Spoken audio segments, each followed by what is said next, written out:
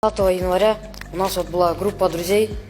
Одному другу, Умару, написал Искендер 50 сом чар деп салды.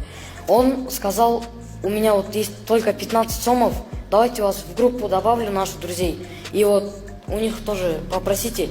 И вот его добавили в нашу группу. Он написал там: вот балдар 50 сом чар перевезіңер ушинтип жазды. А нас не знал то, что Искендер находится в группе.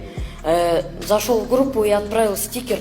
И вот из-за того, что он отправил вот этот стикер, Искендер сказал: почему ты себе так много позволяешь, я тут тебе шутки шучу. Или вот так вот он там написал. Он сказал: вот 21 января после второго урока все, кто находится в группе, приходите в туалет. Потом мы пошли в туалет. В туалете из 2009-х стоял Бекджан Култаев и Искендер, фамилию не знаю. Вот Искендер начал говорить: вы себе много позволяете, почему так шутки шутите, когда я нахожусь в группе, я старший, у вас должно быть уважение. Вот говорил и резко ударил Анаса вот в область между солнечным сплетением и ребер. Вот он его ударил, Анас схватился за грудь и потихоньку присел и потерял сознание.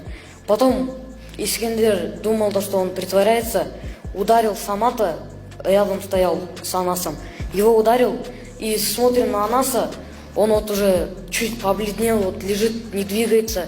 Потом он нам сказал поднять его. Мы его поднимаем вот в течение 3-4 минут, мы его поднимали, пытались его разбудить, он никак не встает. Потом мы его подняли, он пришел в сознание и говорит: вот у меня сердце сжимается, балдар. Потом мы говорим Искендеру: что ты его ударил, типа вот так вот.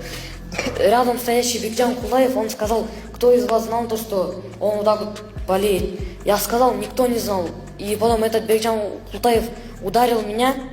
Потом вот Анас начал плакать, у него побледнело лицо, вот он уже бледный, еле стоит, вот уставший. Вот он сказал этот Искендер, чтобы мы все по одному выходили из туалета и расходились по урокам. Мы все ушли, Искендер отвез Анаса в медпункт, и вот даже вот староста класса Анаса, она приходила в медпункт. Искендер сказал ей, чтобы никто не приходил, все с ним нормально. Искендер всех тех, кто хотел прийти в медпункт, посмотреть, что с Анасом, как его самочувствие, он всех прогонял. Не знаю, почему он так делал. Вот у тех, кто там были,